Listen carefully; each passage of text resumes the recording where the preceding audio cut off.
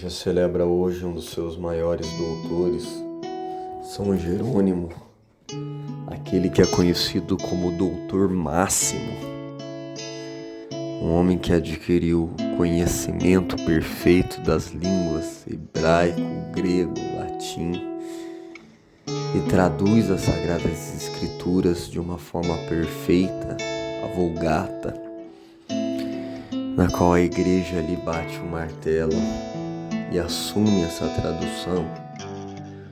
Um homem nascido de uma família rica, de um poder aquisitivo alto, aonde se retira para viver uma vida de solidão, de austeridade extrema. Um homem que, quando o Papa Libério morre, São Jerônimo ele é aclamado para ser o novo Papa. E por ter já adquirido, pelas suas denúncias, uma certa rejeição do clero, ele não é colocado no cargo máximo da igreja. São Jerônimo se retira do século, do mundo ali, para se penitenciar, para viver uma vida mais austera. E tem um relato dele sobre como era a sua vida, onde São Jerônimo vai dizer que todo o tempo que ele fica no deserto, naquela vasta solidão abrasada pelo calor do sol, e que mesmo para os monges é lugar horrível para morar. Eu fico imaginando isso, a solidão, ela já faz a gente gritar, você ficar muito sozinho já faz você querer ter alguém para conversar. Aí num lugar que só tem areia, onde durante o dia faz um calor medonho, durante a noite um frio. São Jerônimo que vai dizer que nesse deserto a sua companhia eram os escorpiões. São Jerônimo que relata que os seus membros deformados estavam cobertos por um silício que os tornava horrendos, que a sua pele ressecada adquirira a cor da carne dos etíopes. Todos os dias se passavam em lágrimas, em gemidos, e se alguma vez um sono repugnante me prostrava, era a terra nua que servia de leito aos meus ossos secos.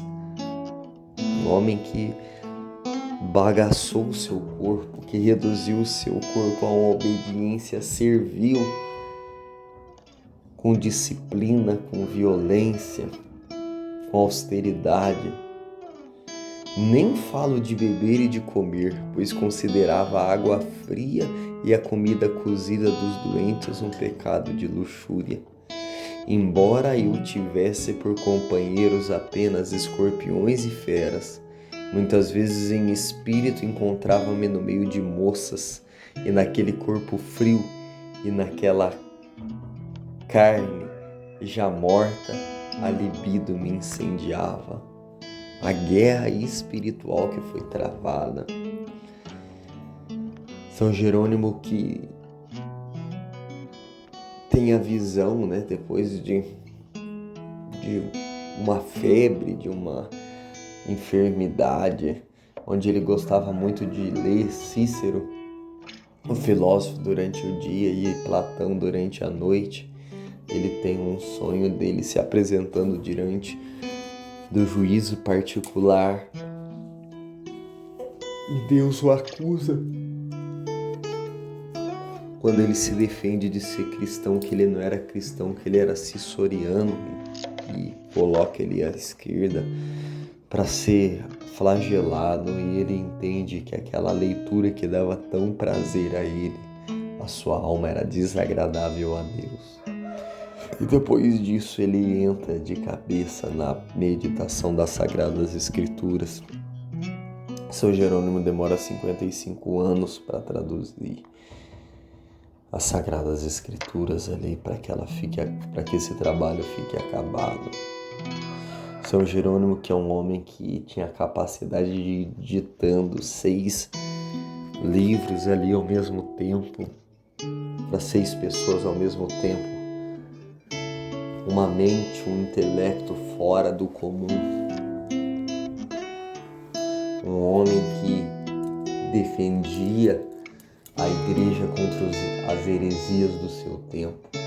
Um homem que recebeu de Santo Agostinho tantos elogios, mas que para mim, quando Santo Agostinho diz que nas Sagradas Escrituras São Jerônimo tem mais conhecimento que ele, não é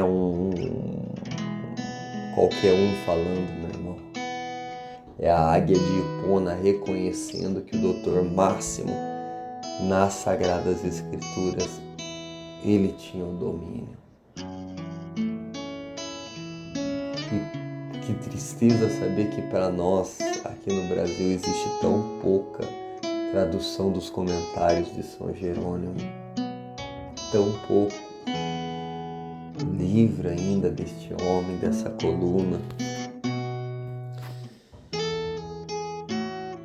E São Jerônimo ainda continua que depois desses ataques que ele tinha na mente, isso provocava choros contínuos e eu submetia minha carne rebelde a jejuns de semana inteiras. De dia e de noite era sempre a mesma coisa. Eu só parava de golpear o peito quando o Senhor me devolvia a tranquilidade. São Jerônimo que pegava uma pedra e batia no seu peito. Sangue jorrava ali do seu peito para combater aquelas tentações que atazanavam a sua mente. Mesmo minha cela me dava medo, como se fosse testemunha de meus pensamentos. Irritava-me contra mim e sozinho embranhava-me nos mais ríspidos desertos. Então Deus é minha testemunha. Depois de lágrimas abundantes, às vezes me parecia estar entre os coros dos anjos. Foi 4 anos de guerra espiritual travada por São Jerônimo, de purgação, de purificação, onde depois ele vai para Belém, onde se oferece para permanecer como um animal doméstico junto à manjedoura do Senhor. E algo que a gente vê nas imagens de São Jerônimo é um leão. Sempre tem ali essa imagem do leão. Por que tem essa imagem do leão? Porque diz a tradição que um dia São Jerônimo estava ali com seus monges, com seus irmãos, e aparece um leão. Aparece ali como se fosse um hóspede, E aí ele se aproxima de São Jerônimo, os irmãos todos saem correndo, E São Jerônimo percebe que ele está com a pata ferida e pede para os irmãos lavar a pata dele ali e cuidar atentamente do leão. E o leão, ele começa a se tratar ali naquele mosteiro, se comportar como se fosse um animal doméstico. Então São Jerônimo percebe, que ele não era tanto para curar a pata do leão o objetivo, mas pela utilidade que Deus queria usar ali daquele animal. Então São Jerônimo ordena ao leão para cuidar do asno, proteger o asno ali dos ladrões e dos ataques de outros animais, o asno que carregava a lenha para os irmãos. Só que num determinado dia, enquanto o leão está dormindo, vem um pessoal ali e rouba o seu asno. E aí os irmãos acham que o leão tinha comido, o asno. Só que eles não tinham certeza. Então eles não dão naquele dia a ração costumeira pro leão e mandam ele comer a sobra do burro, né? Para ele saciar sua gula. Só que ainda ficava aquele que, né? Se tinha ou não, e eles vão procurar ali algum resquício no pasto do asno morto e não encontram. Então vão relatar ao grande São Jerônimo, que impõe ao leão agora o lugar de serviço do asno, trazer nas costas a lenha cortada. E o leão suporta isso com paciência. Até que um dia, depois de cumprida a tarefa, ele vai ao campo, né, para correr ali, para se exercitar, e vê de longe os negociantes conduzindo camelos, carregando e tendo um asno na frente. E aí ele reconhece o asno, né, lança-se com terríveis rugidos sobre eles, e os homens todos fogem. E aí ele força os camelos e aquela banda ali ir até o mosteiro. Aí quando os irmãos veem aquilo, informam São Jerônimo, que diz: lavem, caríssimos irmãos, as patas de nossos hóspedes, deem-lhe de comer e aguardem sobre esse assunto a vontade de Deus. O leão começa a correr pelo mosteiro cheio de alegria, como fazia antigamente, prosternando-se aos pés de cada irmão. Parecia brincando com a cauda pedir perdão por uma falta que não cometera. Jerônimo, que sabia que ia acontecer, disse: irmãos, vão preparar o necessário para os hóspedes que vêm aqui. Ainda falava quando um mensageiro anuncia que estavam à porta hóspedes que queriam ver o abade. Ele foi encontrá-los. Os negociantes lançam-se imediatamente aos seus pés, pedindo perdão pela falta. E aí eles prometem, né? Dão azeite para São Jerônimo, todo ano ali dão azeite para ele. E São Jerônimo não quer aceitar, mas é essa a tradição desse contato de São Jerônimo com o leão, que teve isso, aconteceu, né, também com São Pascácio, São Paulo de Tesbas, né, que quando morre, Santo Antão tá lá e vem um leão para cavucar, para que Santo Antão, já de idade avançada, pudesse enterrar o seu amigo ali. O que é isso? É o estado adâmico, né, onde Adão tinha contato com os animais selvagens e não fazia mal nenhum.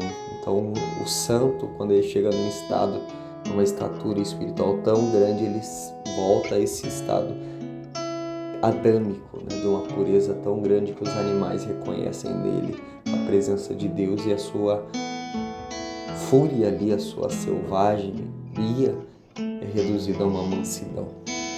Esse é um pouco do relato da vida desse grande santo da Igreja de Cristo.